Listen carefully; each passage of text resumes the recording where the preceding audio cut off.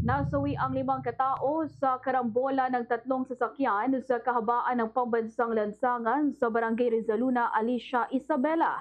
Batay sa nakuhang impormasyon ng Bombo Radio Kawayan mula sa mga nakasaksi, binabagtas umano ng isang trailer truck ang National Highway patungong timog na direksyon nang biglang sumabog ang harapang gulong nito dahilan upang mawalan ng kontrol ang tsupera. Dahil dito ay bumangga ito sa kasalubong na multipurpose vehicle o PMPV at sa isang motorsiklo bago tuluyang sumalpok sa isang puno sa gilid ng kalsada.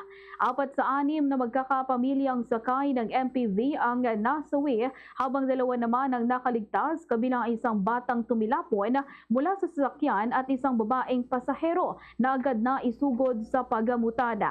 Napag-alaman na ang pamilya ay bumiyahe pa mula Fairview, Maynila at patungo sana sa Ilagan City upang magbakasyon at bisitahin ang kanilang mga kamag-anak nang mangyari ang trahedya.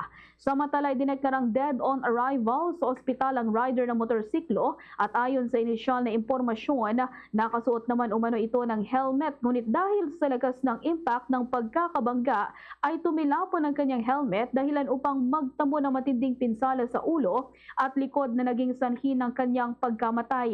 Hindi naman gaanong nasaktan ang 2 sakay ng trailer truck.